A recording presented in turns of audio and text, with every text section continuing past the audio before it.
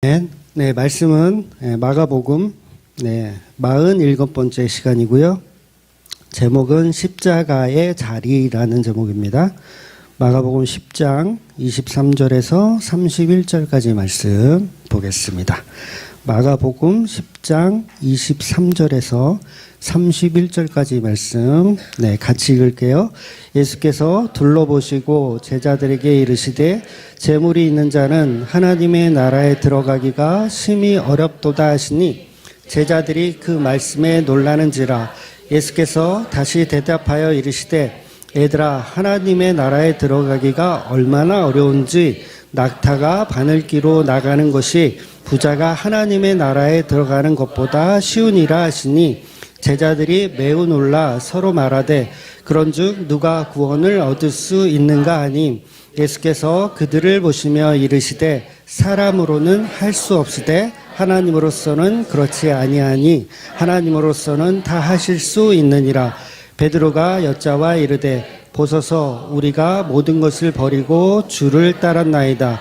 예수께서 이르시되 내가 진실로 너희에게 이르노니 나와 복음을 위하여 집이나 형제나 자매나 어머니나 아버지나 자식이나 전토를 벌이는 자는 현세에 있어 집과 형제와 자매와 어머니와 자식과 전토를 100배나 받되 박해를 겸하여 받고 내세의 영생을 받지 못할 자가 없느니라. 그러나 먼저 된 자로서 나중되고 나중된 자로서 먼저 될 자가 많으니라. 아멘. 네, 오늘 본문 말씀은 마치 무소유를 주장하는 가난한 자가 천국에 가기가 쉽고 반대로 소유를 주장하는 부자인 사람은 천국에 가는 것이 어렵다라는 말씀을 하시는 것 같아요. 그렇죠? 문자적으로 보면 그렇습니다. 그래서 제자들의 생각은 부자 청년은 지난주에 봤지만 무소유를 주장하지 못했기 때문에 구원이 없고 자신들은 복음을 위해서 지금 무소유를 선택했죠. 왜냐하면 가족도 버리고 그 다음에 그물과 배도 버리고 예수님을 따랐어요. 그러니까 천국은 자기들 제자들의 것이라고 오해를 할 만하겠죠. 오늘 본문이 이제 그런 내용을 담고 있는 거예요. 그런데 본문이 정말 말하고 싶은 것은 이런 두 가지 유형, 소유를 주장한다거나 아니면 무소유를 주장한다고 해서 그들이 천국을 차지하는 내용이 아니라는 얘기를 예수님은 하고 계시는 겁니다. 그러니까 내가 이렇게 부자가 되는 거, 소유를 주장하는 거, 그것도 당연히 안 되고 또 무소유를 주장해요. 내가 종교적으로 어떤 그 훌륭한 스님처럼 무소유를 주장해서 살면 내가 천국에 갈 수 있다라는 것도 이제 틀리다라는 거죠. 그래서 어떠한 인간의 노력과 수고로 인간의 행위, 말 그대로 인간의 행위로는 천국에 이를 수가 없다라는 얘기를 예수님은 하고 있는 겁니다. 그래서 오늘 읽은 마지막 31절에 보면 그러나 먼저 된 자로서 나중되고 나중된 자로서 먼저 될 자가 많으니라 했죠. 요거는 반전이에요. 그러니까 여태까지 했던 얘기를 뒤집는 얘기를 하시는 겁니다.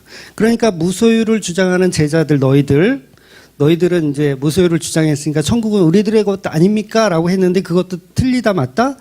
틀리다라는 얘기를 하는 거예요. 그래서 지난주 본문 말씀을 잠깐 살펴보면 이제 부자 청년이 예수님께 찾아왔죠. 그래서 어떻게 하여야 영생을 얻습니까? 라고 질문을 했어요. 그 예수님의 대답은 십계명에 나오는 율법, 특히 이웃 사랑하는 그 율법을 다 지켜야 한다라고 이렇게 말씀하셨어요. 그랬더니 이 부자 청년은 그것은 내가 어릴 때부터 다 지켜왔습니다. 라고 말을 했죠. 근데 그게 본인은 나는 그렇게 지켰다라고 진짜 믿고 말을 했지만 사실은 그게 거짓말이었죠. 왜냐하면 이 청년이 예수님을 속이기 위해서 했던 거짓말이 아니라 스스로가 스스로를 속이고 있었던 거예요. 그러니까 나는 이웃사랑을 정말 하고 있는 사람이라고 스스로가 스스로를 속이고 있었던 거죠. 그 반증이 뭐냐면 너가 정말 이웃을 사랑하고 있었다라면 네 재산을 다 팔아서 가난한 사람 줘라 했으니까 거기서 고민하면서 빠져버리잖아요. 고민하면서 근심하면서 예수님 떠나가잖아요. 그 이유가 뭐예요? 내가 이웃사랑을 하지 못하고 있었다라는 것을 예수님은 콕 집어서 말씀을 해주신 겁니다. 그래서 어려서부터 이웃사랑을 정말 십계명을 다 지키고 있다라고 생각을 했지만 그것이 다 거짓말이라는 게 스스로에게 들통이 나버린 거죠. 그래서 슬픈 기색을 띠고 이제 떠나가는 그 장면을 우리가 지난주에 봤습니다. 그래서 그 말씀의 결론이 뭐였냐면 우리는 우리 스스로 율법을 지킬 수 있다 없다? 없다라는 얘기를 하는 거예요. 그러니까 지켜고 있다고 생각하는 그 생각도 틀렸다라는 얘기를 하는 거죠. 그러니까 저와 여러분이 이웃을 정말 사랑하고 있으신가요? 왜 이렇게 재미가 없어? 네, 그래야지. 그러면 그게 맞다 틀리다? 틀리다라는 얘기를 하는 거예요. 그러니까 종교적으로는요, 이웃사랑을 할 수 있다라고 가르칩니다. 여러분, 우리가 이웃을 사랑합시다. 이웃 여기 어려운 사람들 찾아가서 연탄도 이렇게 배달해주고 이렇게 합시다. 그래서 우리 이웃 사랑하는 것을 하는 겁니다. 그런데 그게 거짓이다, 진실이다? 거짓이라는 거예요, 거짓. 그래서 지난주 결론은 인간은 율법을 지킬 수가 없다예요. 인간은 율법을 지킬 수가 없다. 그래서 영생에 이룰 수 있는 방법은 인간에겐 있다 없다? 없다라는 얘기를 하는 거예요. 그러면 누가 할 수 있어요? 예수님, 하나님만 하실 수 있다라고 27절에서 얘기하는 겁니다. 그렇기 때문에 영생을 얻는 방법은 인간에게는 없고 오직 하나님에게만 있다. 그래서 오늘 본문은 지난주와 이어지는 본문으로 예수님이 이제 부자와 영생에 관해서 제자들에게 따로 이제 설명해 주시는 내용이 오늘 본문이에요. 그래서 23절을 보면 예수께서 둘러보시고 제자들에게 이르시되 재물이 있는 자는 하나님 나라에 들어가기가 심히 어렵도다. 이렇게 말씀하시는 거예요. 그러니까 이 말을 듣고 있던 제자들의 반응이 어땠냐면 성경은 이제 그냥 놀랍다가 아니라 굉장히 많이 놀라고 있다라고 얘기하죠. 제자들이. 그러니까 부자가 천국에 가기가 어렵다고 얘기하니까 제자들이 깜짝 놀라는 거예요. 그냥 놀라는 게 아니라 깜짝 놀라는 거예요. 이 임팩트를 좀 느끼셔야 되는데 왜 이렇게 놀랄까요? 제자들이. 놀랄 수밖에 없는 이유가 뭐냐면 그 당시의 유대 문화에서는요. 부자가 된다는 것은 하나님의 은총일까요? 아니면 자기가 열심히 노력하고 수고해서 벌어들인 부자일까요? 은총이라고 믿었어요. 그러니까 유대 사회에서는 부자가 되었다. 막 소도 많아지고 양도 많아지고 막 어마어마한 1000마리, 10,000마리 막 이렇게 막 유지하는 부자가 되었다 하면 저 사람은 하나님의 은총을 받았구나라고 생각하지. 쟤는 참 열심히 부지런히 일했구나. 그래서 부자가 되었구나라고 생각하는 사람은 아무도 없었어요. 절대 인간이 노력해서 부자가 될 수 없다라고 믿었습니다. 부자가 된 것은 하나님의 은총. 그래서 욥기를 우리가 보고 있지만 욥기도 그렇잖아요. 하나님이 은총을 주셔가지고 부자가 됐잖아요. 근데 또 하나님이 거두어 가시면 또 하루아침에 알거지가 되고. 그러니까 그 부자가 되는 것은 누구의 손에 달려있다? 하나님의 손에 달려있다라고 믿었던 거예요. 그래서 신학적으로도 보면 가나안 땅은요. 물 자체를 가두어 둘 수 있는 땅이 아니에요. 그러니까 비가 오면 다 스며들어. 그러니까 농사를 할 수가 있다 없다?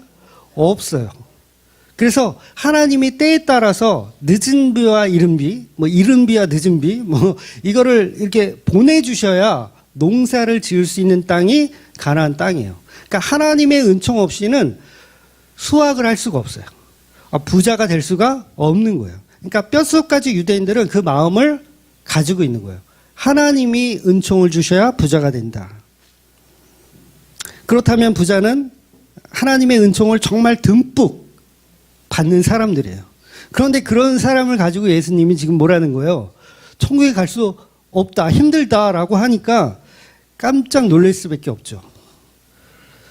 낙타가 바늘기로 들어가는 게 쉽대요. 도대체 무슨 얘기인지. 그러니까 이제 요 해석이 이제 여러 가지가 있거든요. 성전 안을 향해서 들어가는 문 중에 되게 조그만 문이 있어가지고 낙타가 이렇게 짐을 다 벗고 들어가기가 어려운 그런 문이 있었다라고 해석하기도 하고요. 원어로 보면 이 밧줄이라는 단어가 거의 똑같이 생겼어요. 그러니까 한 글자만 약간 모양이 약간 달라요. 그러니까 밧줄로 뜨개질을 할 수 있는 게 더 쉽다, 뭐 이런 표현이 되겠죠. 근데 중요한 건 뭐냐면 가능하다, 불가능하다, 불가능하다는 얘기를 예수님은 하시는 거예요. 그러니까 제자들은 놀랄 수밖에 없죠. 아니, 하나님의 은총을 듬뿍 받은 부자들이 구원을 못 받는다면 도대체 누가 구원을 받겠는가? 예수님이 약간 이상해요, 안 이상해요? 예수님 이상하죠? 약간 횡설수설하는 것 같고, 이상하다.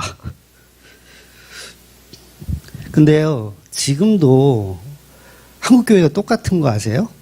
네, 한국교회가 똑같아요.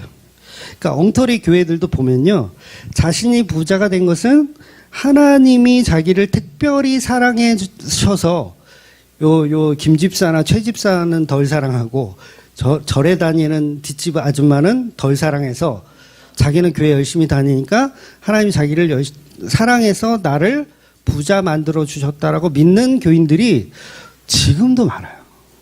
참 이건 부끄러운 일이에요. 그래서 가난한 사람들을 어떻게 보냐면, 저 사람들은 하나님 안 믿어서 그래. 특히 저 동남아나 아프리카나 북한도 그렇죠. 북한도 하나님을 안 믿어서 어땠다? 가난하게 산다라고 생각하는 거예요. 그러니까 기독교를 받아들이지 않았기 때문에 그렇게 가난하고 못 산다라고 생각하는 성경의 방향성과 전혀 다른 헛소리를 하는 사람들이 지금도 많이 있다라는 거예요. 90년대 제가 처음에 교회 다녔을 때 90년대 초반에 그때는 대부분 그랬던 것 같아요. 요새는 조금 나은 것 같은데 그때는 대부분 그랬어요. 그러니까 옛날에 제가 다니던 교회도 보면 하나님의 복을 주셔서 11조를 100만 원씩 할 수 있도록 기도해라. 이렇게 목사님이 이렇게 가르쳤어요. 그래서 욕심을 더 내라. 1000만 원씩 할 수 있도록 기도해라. 그러니까 시대가 바뀌었잖아요. 지금은 이제 90년대 초 얘기한 거예요. 그러니까 지금은 이제 안 그럴 것 같잖아요. 그러니까 얼마 전에 제가 섬기던 그 옛날 교회를 들어가서 봤어, 우연히. 향수가 저도 가끔 생각날 때가 있어요. 학창 시절 때 막 그렇게 봉사, 충성 하던 생각이 있어서.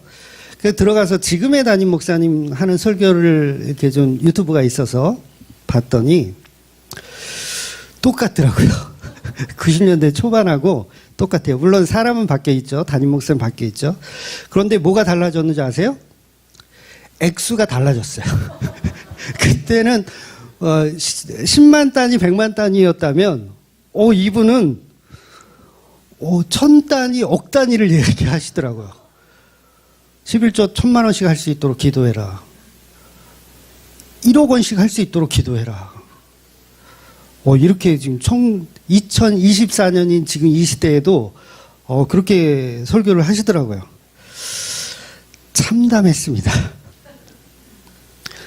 그러면서 덧붙이는 얘기가 우리 교인들은 너무 겸손하대요. 11조를 1000만 원씩 할 수 있게 해달라고 기도를 해야지 왜 이렇게 겸손하게 기도를 하느냐고 이렇게 뭐라고 하시더라고요. 그러니까 아직도 대다수의 교회들이 이런 미신적인 사고를 가지고 있으니 오늘 본문이 말하는 부자와 무소유에 관한 복음의 해석을 할 수 있겠어요? 없겠어요? 못하는 거예요. 그러니까 오늘 제자들이 놀라는 이유가 똑같은 거예요. 똑같아요. 아니, 부자가 하나님의 은총을 주셔가지고 부자가 된 건데 이런 사람이 천국에 못 간다면 도대체 누가 천국에 갈 수 있단 말인가라고 제자들은 전혀 이해를 못하는 겁니다. 그러니까 제가 다닐 때 옛날에 다닐 때 11조 배틀을 막 했거든요. 이제 옷가게 하는 권사님 사장님하고 그다음에 김치 납품을 하는 사장님하고 누가 11조를 더 많이 내서 이달의 1등은 누구인가 막 이거를 지들끼리 막 경쟁을 하더라고요. 물론 여러분, 일반 은총이라고 하는 하나님이 주시는 물질은 하나님이 주시는 게 맞아요. 그걸 저는 부정하는 게 아닙니다. 그거 맞습니다. 그러니까 일반 은총을 감사하지 말라는 얘기도 아니에요. 감사하셔야 돼요. 그러니까 우리 교회가 이제 오후 예배 끝나면 한 3시 좀 넘잖아요. 그러면 이제 저녁 식사까지 보통 하고 가야 되는데 코로나 전에는 진짜 10시까지 막 이렇게 교제하다 갔거든요. 예? 부평에서 또 예? 10시까지. 근데 요새는 한 7시만 되면 그냥 다들 가고 싶어가지고 나 혼자만 이렇게 못 가게. 예. 제가 어느 날은 이제 짜장면을 먹고 우리 이제 식구들끼리 저녁 먹을 때 짜장면을 먹고 남은 단무지를 버리지 말고 모아라. 아, 이거 나만 웃어야 되나?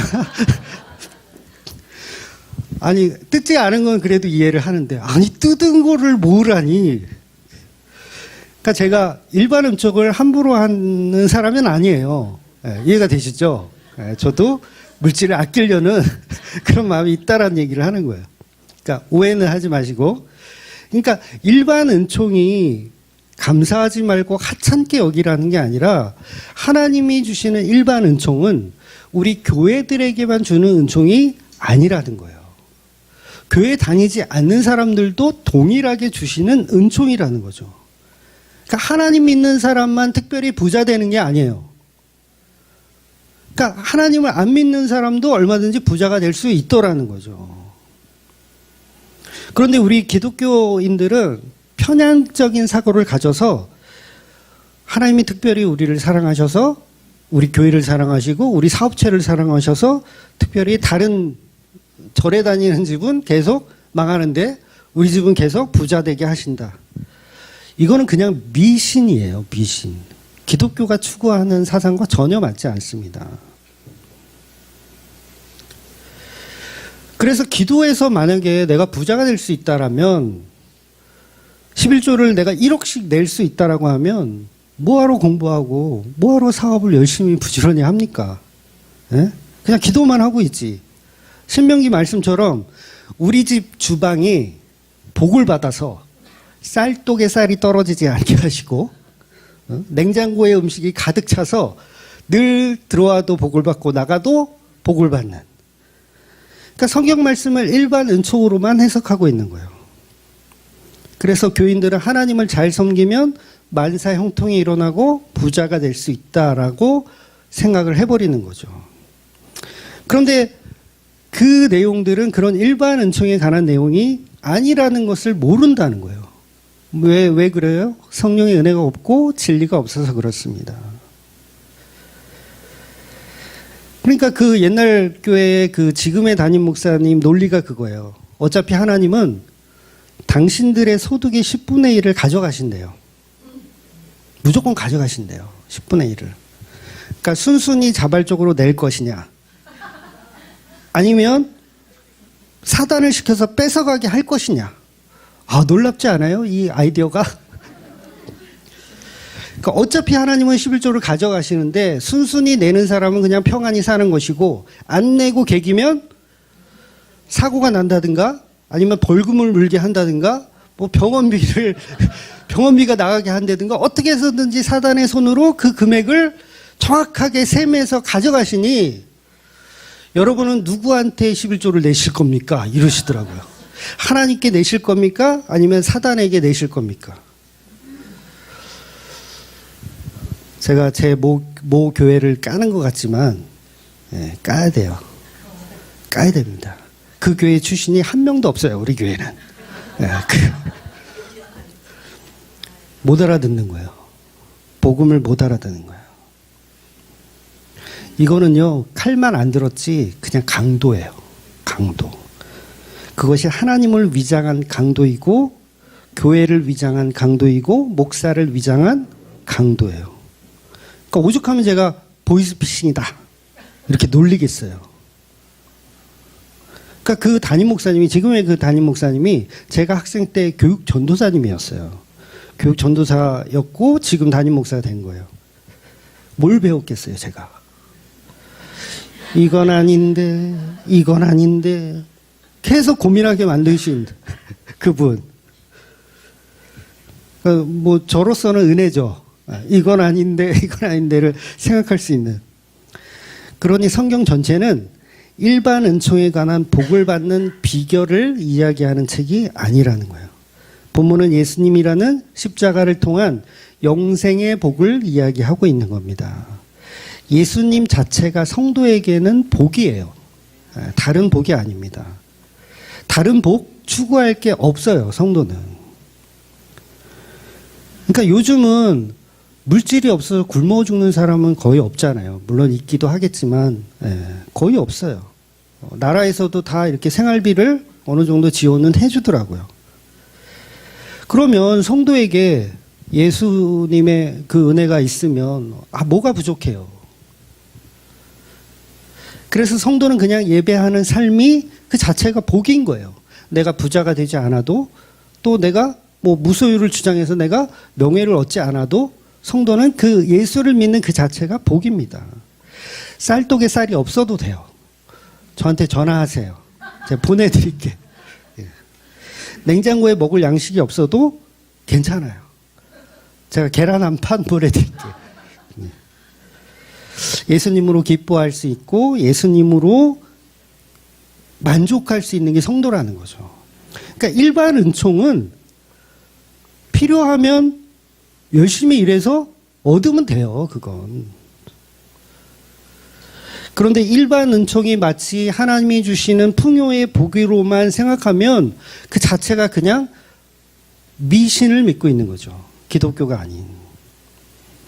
그러니까 목사들에게도 막 축복 기도 해달라 막 이런 얘기 우리 교인들은 없지만 하지 마세요.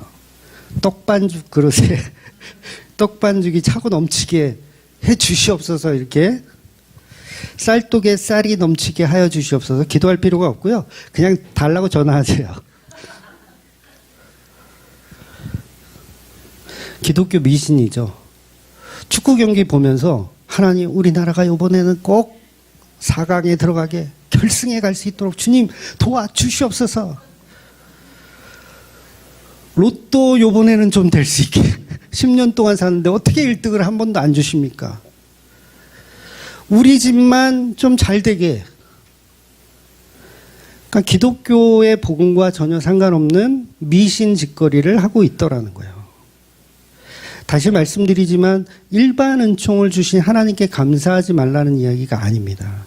그런데 일반 은총을 기도할 필요는 없다라는 이야기를 하는 거예요. 분명히 예수님도 복음서에서 무엇을 먹을까, 무엇을 입을까 염려하지 말라고 하셨습니다. 성도는 하나님께 의식주를 해결해 달라는 기도를 할 필요가 없어요. 교회는 나의 의식주를 하나님 해결해 주십시오라고 기도하는 곳이 아니에요. 그건 그냥 미신으로 둔갑된 교회입니다. 기독교는 생존이 아닌 생명을 위한 곳이에요. 그래서 기도라는 건 하나님의 뜻이 우리 가운데 일어나게 하여 주시옵소서라고 기도하는 거죠. 그러니까 하나님의 뜻이 우리 교회 가운데, 우리 가정 가운데 임하여 주시옵소서라는 기도를 하는 거예요. 그러면 하나님의 뜻은 뭐예요? 예수님이 이루신 그 십자가의 위대한 사랑과 은혜가 우리 가운데 임하는 거. 요걸 기도하라니까 자꾸 떡반죽 그릇에 떡이 넘치게 하여 주시옵소서 이러고 있다니까요. 근데 기도하라면 전부 복을 달라는 기도, 기복적인 기도가 일반 은총의 그 틀에서 벗어나지 않은 기도만 계속 하고 있다라는 거예요. 부지런히 일하고 부지런히 해서 부자가 될 생각을 안 하고 기도를 하고 있다라는 거죠. 그러니까 공부하는 학생도 마찬가지죠. 열심히 기도하는 청년이 있어요. 좋은 대학 보내달라고. 그 시간에 한 글자라도 더 봐라. 그래야 대학 갑니다. 한 글자라도 더 봐라. 남편이 출퇴근하는 시간에 열심히 기도하면 승진합니까? 남편이? 우리가 그렇게 믿었다니까요. 근데 아니에요. 출퇴근할 때 열심히 밥을 해서 먹이세요. 차라리. 기도를 하지 마시고. 일하지 않으면서 생활비를 달라고 하는 건 예수 믿는 게 아닙니다. 아직까지 교회 헌법에는요, 이중직을 허용하지 않고 있어요. 헌법을 이거 고쳐야 되는데 말은 계속 하고 있거든요. 고쳐야 된다라고 이렇게 의견들을 모으고 있는데 아직까지는 명시되어 있는 게 교회 헌법에 목사는 이중직을 못하게 되어 있어요. 그러니까 생활비가 없으면 어떻게 하라는 얘기예요? 기도하라는 얘기예요. 무릎 꿇고 기도해야지. 왜 목사가 대리운전 나가고 왜 노가다 판에 나가고 왜 그러냐. 그러니까 신학교 처음 다닐 때부터 저는 그렇게 신학교에서 그렇게 배웠어요. 돈이 없으면 무릎 꿇고 기도해라. 새벽마다 하나님이 까마귀를 보내서 채워주실 테니 기도해라. 그러니까 이중직을 갖고 있는 목사를 보면 뭐 조그만 개척교회들은 다 이중직을 다 갖고 있거든요. 요새는. 그럼 막 손가락질하죠. 좀 성공한 목사들은 손가락질해요. 나 때는 안 그랬는데 이러면서. 나 때는 기도로 무릎으로 이만큼 교회를 성장시켰는데 저것들은 일을 하러 나가네. 그러니까 전부 기독교 미신에 사로잡혀 있는 거예요. 여러분 우리나라에 기독교가 들어오기 전에 일본에 먼저 들어간 거 아시죠? 일본에 더 훨씬 먼저 들어갔어요. 근데 일본은 기독교를 받아들이지 않았습니다. 지금도 1% 정도밖에 안 돼요. 기독교 인구가. 제가 옛날에 그 일본의 섬 오키나와를 갔었거든요.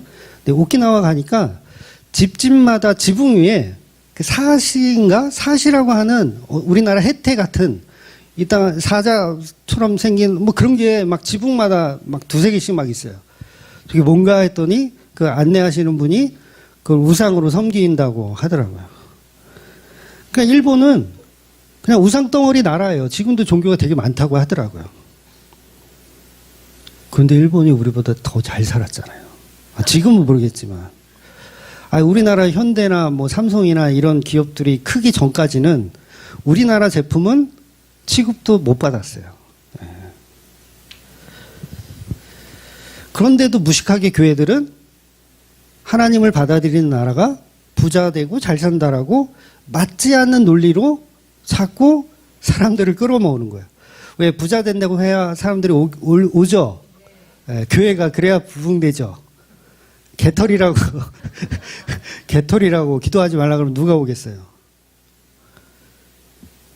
그래서 제자들은 예수님이 그런 부자들이 천국에 갈 수 없다고 하니까 놀랄 수밖에 없는 거예요. 사실은 자기들도 부자가 되기 위해서 지금 따르고 있거든요. 아주 콕 집었죠, 예수님이. 부자가 되기 위해서 지금 따르고 있는데 너네들도 천국에 들어갈 수 없다라는 얘기가 돼버리잖아요. 사실은 우리도 부자가 되기 위해서. 그러니까 물론 금전적인 부자도 부자이고 또 명예를 얻기 위한 부자. 그것도 있잖아요. 권력을 얻기 위한 부자. 그러니까 부자가 되기 위해서 예수님을 따르고 있는데 부자는 천국에 가기가 매우 힘들다. 불가능하다라고 얘기하니까 제자들이 듣고 있다가 깜짝 놀라는 거예요. 야, 예수님이 드디어 횡설수설 하시는구나. 하나님은 일반 은총을 가득 주시는 분인데 예수님 그거를 거부하시니까 도대체 무슨 얘기인지 못 알아듣는 거예요. 그러니까 예수님이 따로 제자들에게만 다시 설명해 주시는 겁니다. 지금도요, 일반 은총은 기도하실 필요 없어요. 이게 좀 어려운, 그러니까 우리한테는 쉽지만 그냥 보통 교회 다니시는 분들은 이 말을 이해를 할까요, 못할까요? 못하더라고요. 그러니까 물론 지금 이 설교를 처음 듣는 분도 계시겠지만 일반 은총을 위해서 기도할 필요가 없다라고 하면 설교가 이상하다. 횡설수설을 하고 있네. 이렇게 봐요. 주만교회는 새벽 기도가 없습니다. 라고 얘기하면 깜짝 놀래요. 심지어는 철야 기도도 없습니다. 그러면 두 번 깜짝 놀래요.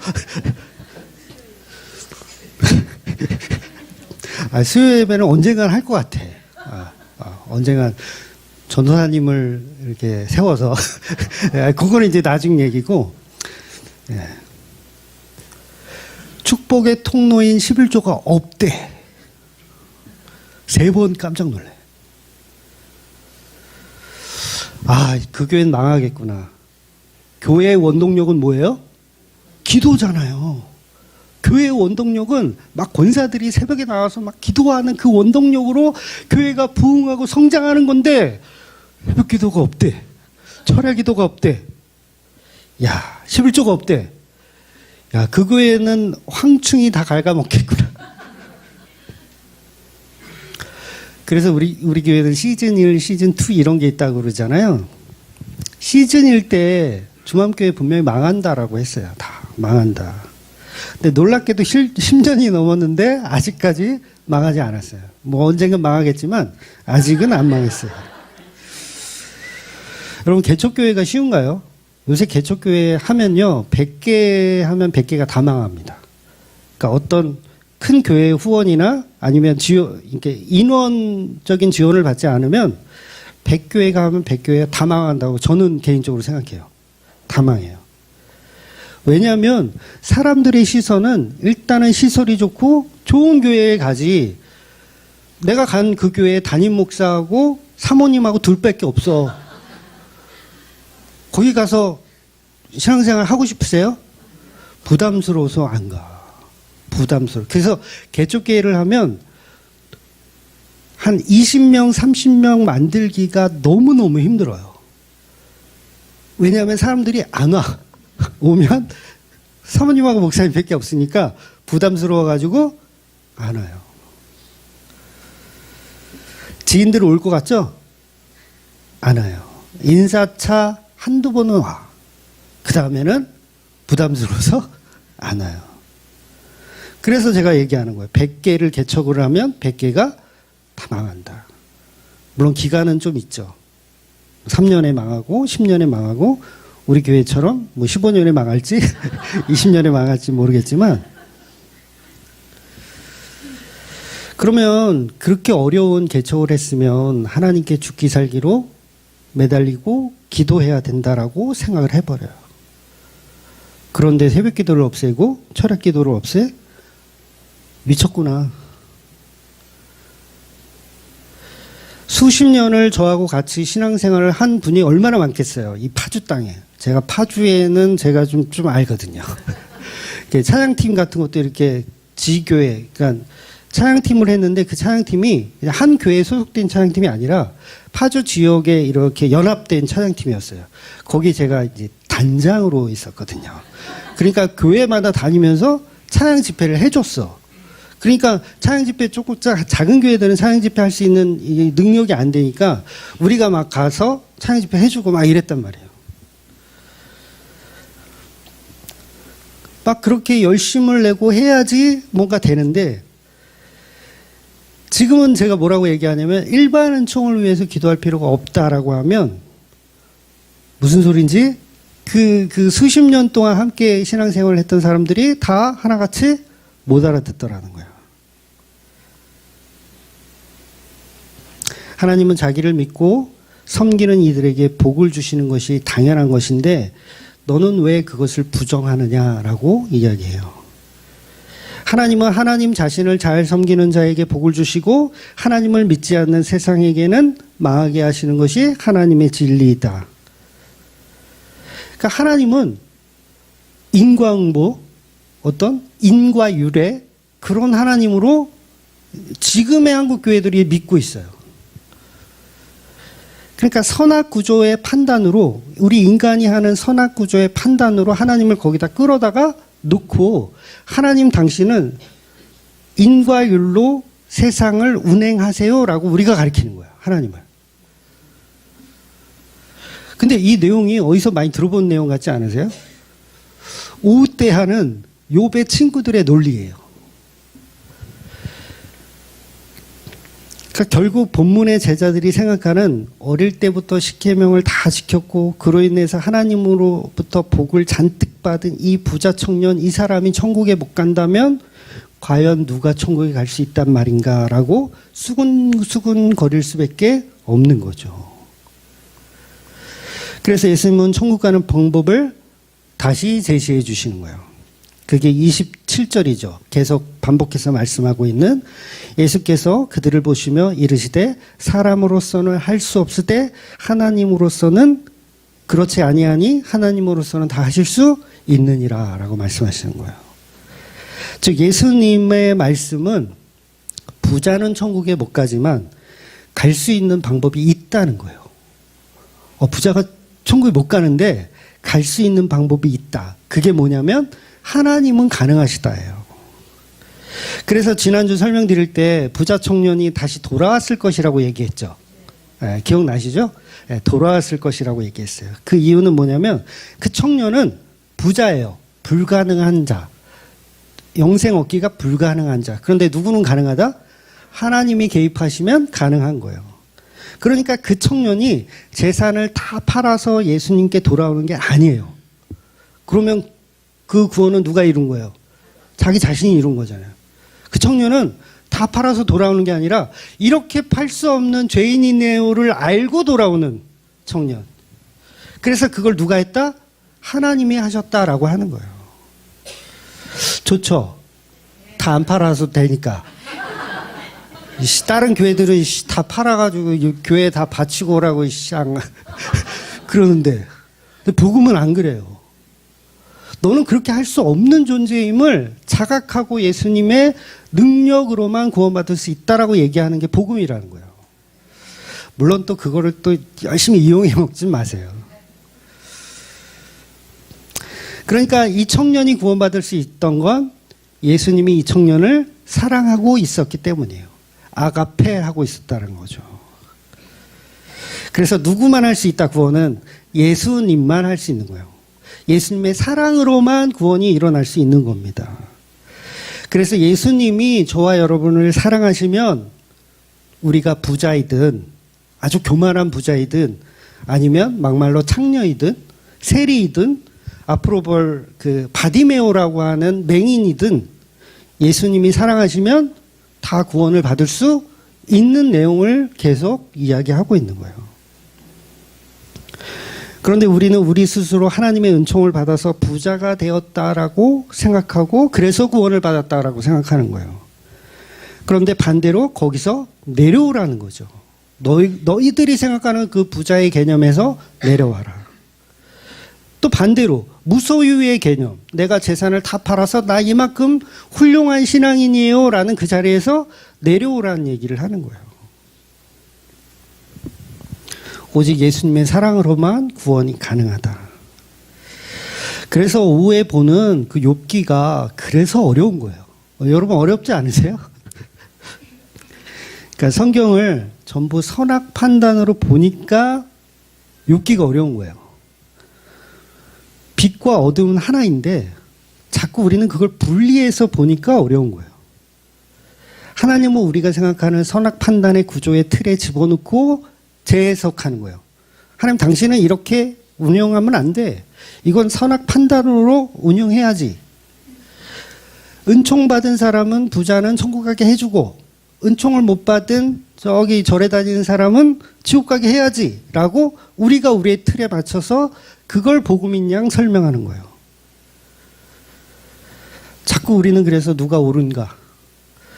욥이 옳은가 아니면 욥의 친구들이 옳은가로 계속 판단하는 거예요. 근데 사실은 복음은 다 틀렸다. 너희들 다 틀렸다. 그럼 뭐가 진리냐? 창조주만 진리이다. 그래서 하나님만 선하신 분이고 하나님의 악을 행해도 그 악이 곧 선이다. 하나님의 어둠을 행해도 그 어둠이 곧 빛이다. 어렵지 않죠? 그래서 빛과 어둠 하나라는 얘기를 하는 거예요. 근데 우리는 자꾸 그걸 나누어요. 그래서 나는 선한 쪽에 있고 싶어. 선과 악을 구분해서 나는 선한 쪽. 그러면 이미 종교화되어 있는 거예요. 근데 내가 있는 어느 곳이든 그곳은 어둠이에요, 그냥. 그리고 예수님이 있는 곳이 빛이고, 그걸 이야기하는 거예요, 성경은. 그래서 제자들이 본문에서 또 질문하기를 자기들은 부자의 자리에서 스스로 내려왔으니까 우리는 부자 청년과 다르게 구원받은 거네요 라고 생각하는 거예요. 그래서 베드로가 질문하기를 우리는 다 버리고 주를 따랐나이다. 근데 주를 따르게 하신 것도 사실은 예수님이 하시는 거거든요. 근데 제자들은 자기들이 버리고 자기들이 따랐다고 생각해요. 그걸 교만하다라고 하는 거예요. 여러분, 우리 주맘교회가 누가 일하고 있습니까? 주님이 일하고 계신 거예요. 지난주에 말씀드렸죠? 훅 갈 수도 있다고. 그러면 후임을 생기든가 아니면 교회를 이렇게 공중분해 시켜야 되는 거예요. 그래서 자기들은 청년보다, 그 부자 청년보다 훌륭하다라고 생각하는 거예요. 부자 청년은 고민하면서, 부자인데 가난한 자에게 재산을 못 주고 고민하면서 돌아가는데, 우리 제자들은 우리는 이미 저걸 해냈거든요. 배와 그물도 버리고 집도 버리고 예수님을 따랐으니까. 그러니 부자 청년과 다르게 우리는 영생을 선물로 받을 수 있겠네요 라고 생각하는 거예요. 아주 우쭐하고 질문을 하는 거죠. 그런데 그 또한 굉장한 교만을 이야기하는 거죠. 나중에 이제 조금 밑으로 가면 더 나오지만, 이제 야고보와 요한이 누가 2인자가 될지 3인자가 될지 요거를 계속 또 청탁을 또 해요. 그러니까 다 버리고 온 거예요? 안 버리고 온 거예요? 안 버리고 온 거예요. 더 큰 거를 주기 위해서 그냥 자기 거를 미끼 삼아 던진 거예요. 누구한테 미끼를 던진 거예요? 예수님한테 미끼를 확 던졌어요. 예수님이 이거 물면 나에게 권력이 생기고 명예가 생기고 돈이 생기는 거예요. 그러니까 교회 다니는 사람들이 다 하나님을 상대로 낚시를 하고 있어요.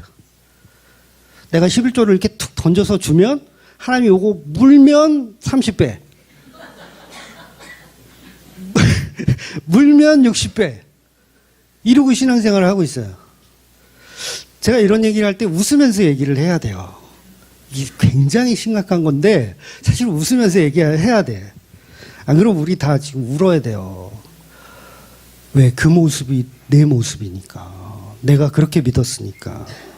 지금도 그러고 있고 사실은. 그래도 하나님이 복을 주시겠지. 담임 목사가 설교는 그렇게 해도 그래도 하나님이 특별히 나는 사랑하셔서 생활의 형편이 풀리게 해주시겠지. 그래서 우리는 답이 없어요. 다음 주의 본문의 시작을 보면 예수님이 예루살렘을 향해서 당당히 걸어가세요. 제자들이 또 그걸 보고 깜짝 놀래요. 왜 깜짝 놀래냐면 예루살렘으로 당당히 걸어가시는데 제자들이 볼 때는 아직 군대도 이렇게 좀 만들어야 되고 또 적군 스파이도 좀 이렇게 심어야 되고 할 일이 많잖아요. 근데 예수님은 당당히 예루살렘으로 걸어가시는 거예요. 그러면서 하시는 말씀이 뭐냐면 인자는 너희에게 배반을 당해서 이제 제자들에게 누군가에게 배반을 당해서 대제사장들과 율법 학자들에게 넘겨질 것이다.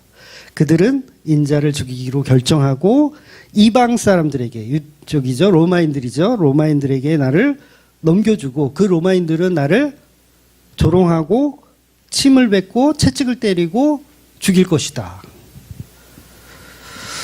예수님의 말과 행동이 황당하지 않으세요? 제자들이 볼 때는 막 당당하게 막 걸어갔더니 나는 죽는데요. 여러분, 근데 복음이 이런 예수님의 당당함에서 나오는 거예요. 우리가 우리의 당당함을 발동시키는 게 아니라 예수님의 당당함에서 나오는 거예요. 그래서 하늘 보좌를 버리고 이 땅에 오신 그 당당함, 그게 복음이라는 거죠. 결국 내가 내 재산을 가난한 사람들에게 나누어 주어서 그 보답으로 인해서 구원을 받는 것도 아니고 또 십계명을 다 지켜서 이웃을 사랑해서 구원을 받는 것도 아니고 오직 예수 그리스도가 이루신 그 당당함의 십자가로 인해서 그 사랑으로 인해서만 우리는 구원을 받는 거예요. 그래서 몇 주 전에 말씀드렸죠? 예수님이 잔을 이렇게 우리에게 넘치도록 따라주셔서 뭐라고 말씀하신다? 이거 마시면 나랑 사귀는 거다. 다 까먹었어.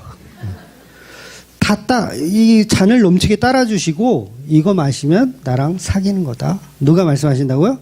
예수님 말씀하시는 거예요. 우리는 그거 뭐 다 마시면 돼. 그리고 나서 기억이 없어. 그래도 된다 안 된다? 그래도 된다. 왜? 누가 사랑하는 거니까. 남편이신 예수님이 우리를 사랑하시는 거니까 우리의 노력과 우리의 수고와 우리의 열정 이런 게 필요가 없어요. 우리는 뻔뻔스럽게 그냥 예수님이 마시는 콜라를 뺏어 먹는 여자. 아, 신랑 예수님이 다 하셨군요. 나는 어떤 노력과 수고를 할 필요가 없는 거네요. 그 대신 뭘 알아야 돼요? 신랑 대신 예수를 알아야 된다는 거죠. 그러니까 내 머릿속 지우개라니까는 그냥 아예 그럼 안 믿어도 되고 알아서 하십시오 신랑 이러라는 얘기가 아니에요. 하도 이 악당들이 많아가지고 그래서 요한복음 끝부분에 보면 예수님이 이제 베드로한테 이렇게 말씀하시잖아요. 21장 18절을 제가 말씀드리면 내가 진실로 진실로 내게 이르노니 내가 젊어서는 스스로 띠를 띠고 원하는 곳으로 다녔거니와 늙어서는 내 팔을 벌리리니 남이 내게 띠를 띠우고 원하지 아니하는 곳으로 데려가리라. 예수님이 데리고 다니시는 거예요. 우리가 마셨잖아요. 그 잔을. 예수님이 주시는 그 잔을. 이거 마시면 나랑 사귄다? 마셨어요. 그러면 신랑 예수가 우리를 끌고 다니는 거예요. 우리는 머릿속에 지우개가 있어서 자꾸 까먹고 세상을 보고 이전 남자를 자꾸 찾아가고 그러는데 걔 끌고 다니시는 거예요. 근데 끌고 다녀도 어디다 내려놓는지 아세요? 십자가의 자리에 내려놓는데 그게 이제 또 문제지. 십자가의 자리에 내려놓는 거예요. 그러니까 구원은 우리가 막 모두 버리고 이래서 되는 것도 아니고 내가 무소유를 주장한다고 해서 되는 것도 아니라는 거예요. 그래서 오늘 본문은 그렇게 끌어내림을 십자가 있는 곳까지 끌어내림을 당한 제자들은 결국 복음을 위하여 집이나 형제나 자매나 어머니나 아버지나 자식이나 전토를 벌인 자는 현세에 있어 집과 형제와 자매와 어머니와 자식과 전토를 100배나 받되 박해를 겸하여 받고 내세의 영생을 받지 못할 자가 없느니라 말씀하시는 거예요. 십자가에 끌어내림을 당한 자는 박해를 받고 사는 게 힘들게 보여. 그러나 영생을 받지 못할 자가 없다라고 말씀하시는 거예요. 그런데 그렇게 끌어내림을 받은 그 십자가가 남들이 볼 땐 저주의 자리지만 우리가 성도가 볼 때 그 자리는 정말 은혜의 자리요, 행복의 자리요, 사랑의 자리라는 거예요. 그래서 여러분을 부자의 자리에서 십자가의 자리로 끌어내림을 당하는 거예요. 좋진 않죠. 부자의 자리에 그냥 있고 싶은데. 아니면 반대로 무소유를 주장하는 그런 명예의 자리에 있고 싶은데 그것도 가짜라고 까발려서 십자가 앞에 턱하니 내려놓는다는 거예요. 그래서 그 자리가 31절에 이야기하는 거죠. 그러나 먼저 된 자로서 나중되고 나중대로서 먼저 될 것이다. 그러니까 이 말을 보통 신앙생활을 늦게 시작한 사람이 먼저 한 사람보다 더 충성 봉사를 하더라 이렇게 해석하거든요. 근데 그런 의미 아니에요. 그런 의미보다는 어떤 의미냐면 살고자 하는 자는 죽고 죽고자 하는 자는 산다 그 얘기를 하시는 거예요. 즉 부자가 되려고 하는 자는 천국에 못 가고 반대로 무소유를 주장하며 이렇게 종교적으로 사는 사람도 못 가고 누구만 간다? 예수님과 사귐이 있는 사람만 천국에 간다라는 얘기를 하는 거예요. 그래서 제자들은 뭐예요? 아직도 부자의 꿈을 안 버리고 있어. 요것들이 아직은 다 가짜예요. 아주 그냥 개수작을 하고 있거든요. 속으로. 이제 갈수록 더 심한 얘기들이 나오는데 속으로는 아직도 자기의 어떤 하고 싶은 것들을 숨기고 있는 거예요. 예수님 앞에. 그런데 그게 다 까발려지는 거예요. 그래서 제자들이 사실은 나중되는 거예요. 나중되는 거예요. 지금은 다 지들이 먼저 됐다라고 생각하고 있잖아요. 누가 2인자냐 3인자냐 우리가 먼저 됐구나. 저 부자 청년은 우리보다 훨씬 뒤에 있구나. 우리가 앞에 있구나 라고 했는데 이들이 사실은 나중되는 자고 뭐라는 거야. 개떡같이 말해도 찰떡같이 알아듣는 여러분이 있어서 행복합니다. 네. 네, 가끔 이렇게 지우개가 올 때가 있어요. 그래서 본문 30절 볼게요. 현세에 있어 직과 형제와 자매와 어머니와 자식과 전토를 100배나 받되 박해를 교만에 받고 내세의 영생을 받지 못할 자가 없느니라. 그러니까 교회 속에 형제와 자매를 얻는 거예요. 교회 속에. 그러니까 땅을 100배로 받는 거죠. 그러니까 부자가 된다는 말 아닙니다. 부자가 된다는 말이 아니라 저와 여러분이 교회가 된다는 이야기를 하는 거예요. 부디 그 십자가 속에 끌어내림을 당해서 예수님의 몸된 교회가 되시는 저와 여러분이 되시기를 주의 이름으로 축원드리겠습니다. 아멘. 기도하겠습니다.